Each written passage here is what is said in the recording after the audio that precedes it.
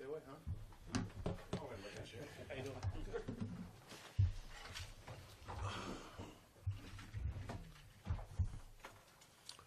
Good job getting back for you guys.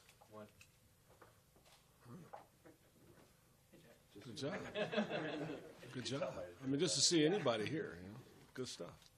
It's yeah, it was a long trip back, but one with a smile. So good to get the win yesterday. It's always good to go out on the road and get a win, and real pleased with the complimentary football in spurts, and looking for more of it as we go through the second half. As I laid out a little bit yesterday, we'll do a little bit of self-scouting over this bye week, and not that we wait, very long to get into that. We're going through it all the time, but we'll get into that self-scouting aspect of it, and then get a little extra on the Patriots going forward. So, questions? Do you have anybody that didn't finish the game, or did you come out fairly healthy? Came out fairly healthy. Yeah. Talked a lot about Mojo the week leading up. The days leading up. Did you feel like you got it back, partly back? I mean, how do you identify that on a football field? Yeah, there are a couple different kinds of mojo. There's Maurice Jones-Drew mojo. I've seen Mojo. He's not ready, but no. And that's my guy. You still owe me breakfast, by the way, Mojo, for that UCLA deal when USC knocked you down. No, I feel we are. I feel like we had a couple really good practices during the week. Look, there's still things that we need to clean up and be better at, and it's really in all three phases. And but I think what I saw glimpses of what I know we can be as a football team when we put all three phases together, and that's really what we're looking for. The average on the running game wasn't great yesterday, but what do you like about it, especially in the second half? It seemed like you were able to maybe get going a little more. Yeah, I think we had a few negative runs that took away what was largely an effective running night. I thought we had a pretty solid night running the ball, and we got the attempts I was looking for. I wanted to get upwards of 30 attempts in that game. Talked about it with the team the night before that we wanted to get a good number of attempts. So I thought overall it was solid. There's some things we've got to clean up and will, but I thought overall it was solid. In terms of getting the attempts haven't been that high. Some of it's obviously score dictated in some of the games, but is it a mindset in terms of also in saying we're going to stick with the run even? Well, it can be. I think you saw examples of it last night where there wasn't a lot of efficiency early. We had some some short gains, but we stuck with it. And I think especially when you're in the game like that, and it could go either way. I think to continue to bang at them, I think is important. I think it's important to establish it. And I think when you look at our football team, with the strength of our football team is in the trenches. I mean, that's where Reggie and I, when we got here day one, talked about wanting to build our trenches strong, offensive and defensive lines, and that's really the strength of our football team. You had the 3rd and 3 before the Holton play where you could have put a bunch of receivers on the field and thrown for it, but you ran it with Lynch, even though Lynch hadn't been getting anything. And then it almost seemed like that play fake almost set up the Holton pass. How big was that to get that first down running and then to set up the rest of the game? Yeah, I mean, that was a big part of it. I think having that threat and being able to break one off in that kind of a situation, really, you gain confidence with that. I think it also allows you to then have some of those play pass opportunities over the top, and that was obviously a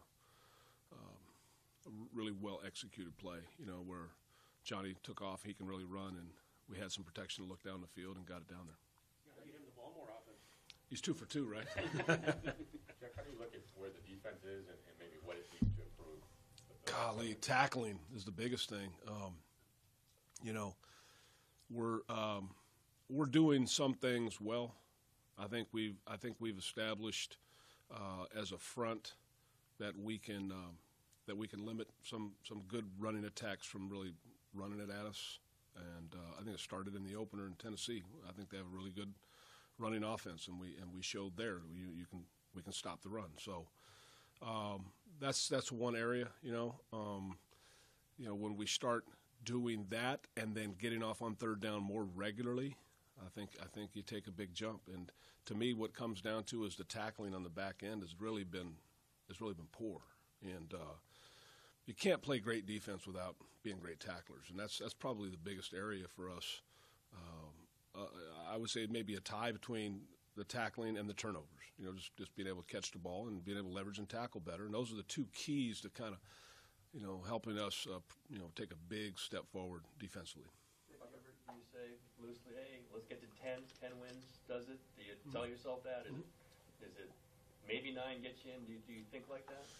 Yeah. I talked to the team. I was very frank coming out of the first half. I said, it's been my experience in this league that you typically have to get to 10, and that doesn't always get it done. So I think this year is one of those years where it's very competitive throughout the league. I don't know if there's one team that is so dominant that everybody shudders at the thought of playing them. I think there are a lot of good teams, and there are a lot of very capable teams, and it's a matter of going out and executing well and playing good football and finding a way to win on Sunday. And so, I mean, even Philly, right? They're tops in the league, with record. They've won some close games, so it's not like all of them have been decidedly settled like I know they had a blowout yesterday. But the bottom line is you keep playing. Just keep playing, keep improving. You want to get hot at the right time, and for us, there's no time like the present for us to get hot. You told them at halftime. What was the thinking there? Just to say, hey, just. Oh no, I didn't tell them at halftime of this game. Okay. At the halfway break, halfway, before our last game, it was like, hey, this is reality. This is reality in the National Football League. It doesn't mean that necessarily gets it done. Sometimes less gets it done, but this is just to understand where you are at the halfway point. We've got very little margin for error. We need to get it rolling now, and so urgency needs to pick up. How much do you pay attention to scores around the league? You picked up a game on Denver and Kansas City. And Yeah. Baltimore, a bunch of teams. Different people focus on different things. I think for us, the focus wants to be about just playing well and the process of playing well and preparing and all that. But you can't help but look. I mean, if you're a fan, heck, I'm looking, all the time. So that's the fan aspect. But the professional aspect, we have to just focus on the process of what goes into playing really well, understanding your assignment, being accountable, doing your job. Basic stuff, and that's where we want to keep the focus of our attention. But certainly being aware of the fact that it was a good weekend for us. We had some guys that came back to us a little, and we got another win. And at the end of the day, what does it mean? We'll find out at the end. We'll find out at the end. For us, just keep stacking wins and find a way to win the next one, and that's going to be – we've got a tough challenge going against Patriots. Jack, as a follow-up to that defense question, what about the pass rush? Are you surprised it really hasn't cranked up? And what will it take to get that going? I am a little surprised we haven't been a little more effective with it. We've got good pass rushers. We need to have a little tighter coverage so that the quarterback has to hold the ball. And if he's able to get it out on time and comfortably throw it in front of us and then make guys miss and get big plays, then why would they hold on to it to look down the field? So that's where I say leverage and tackling is huge for us, for our defense. Yeah, so you guys blitzed maybe a little bit more, but Jay was able to find open receivers before the pressure. Was that sort of the case yesterday? Well, I'm saying the coverage. We stayed on top for the most part. We didn't let things go over the top of us, right? But we didn't tackle very well. We didn't leverage and tackle very well, and that's really important. How much of the footing yesterday hurt the pass rush in terms of defensive? I don't know. I don't think either pass rush was. I think one sack each. Yeah. I mean, we talked about it. We wore 7-stud cleats. Everybody does not get a pedicure. Sean Payton rule was not in effect, but we did get our guys to put the 7 studs on for the most part, and we kept slipping to a minimum. But yeah, we talked about it. In fact, I talked about it during the week. I said, typically you go down to Miami, for some reason or another, a storm will pop up. You're going to get some rain. It just happens, and then it'll disappear, and it'll be a beautiful night. And sure enough, we get it right before the kick. So it was a little bit of soft field, but I don't know that was a huge factor. How do you think that Derek did working the ball downfield. The numbers at least say he was pretty efficient Yeah. in throwing 10 yards plus. Yeah, no, he played well. I mean, I think there was one danger ball early we got away with, and then the one at the end I'd like to have seen it completed, not end up being a pick where they get a chance to go down and put a bunch of garbage yards up and and give themselves another opportunity there at the end. But no, I thought for the most part he played well last night. How do you approach the bye week practice-wise? How much do you plan to practice with the guys? Not a lot. It's going to be a lot of recovery. We will get some work in. There's some young guys we need to continue to develop, and that's important.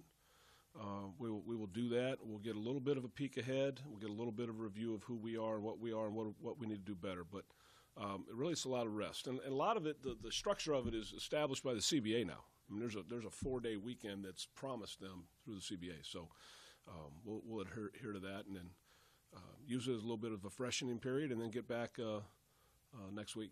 Does it help at all with the bye weeks before the Patriots? I mean, they can't be an easy team to prepare for, I'm guessing. Yeah, I mean, it helps. It helps no matter who you're playing. Certainly, they're a good football team. So anything you can get to help that cause would be good. I know it's big, long ago, but how much say of all that you have that the Patriots game is the one that's taken out as gone to Mexico City? Oh, 0. Yeah, 0. Is it not the most thrilling thing for you, or do you just say whatever? It's not thrilling for me to lose a home game. That's what it is. We're losing a home game. So that's what it is.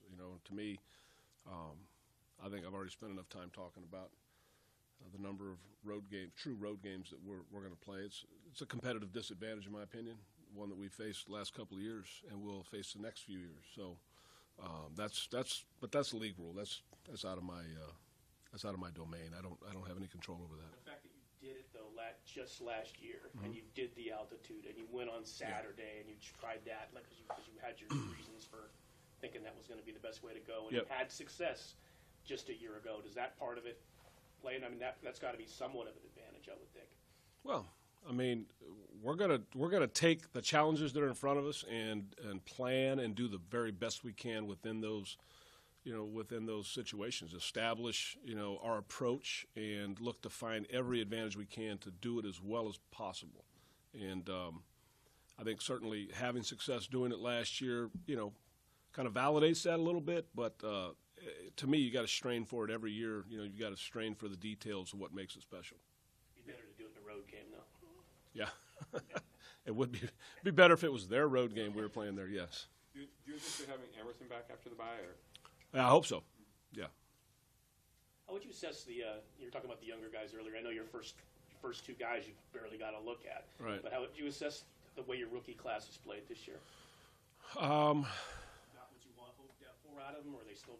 Well, obviously the first round pick, the guy's going to be a really good football player. And there was the drama about the off the field stuff, which ended up not being. Being exactly what we thought, that it wouldn't amount to anything. And then there was the unknown injury that he's dealt with. And at some point here, we wanted to get to the bye week and take a look. So at some point here, we'll take a look and make a determination: is yes, we're good to go, or no, he's going to need to go down. And that decision is approaching.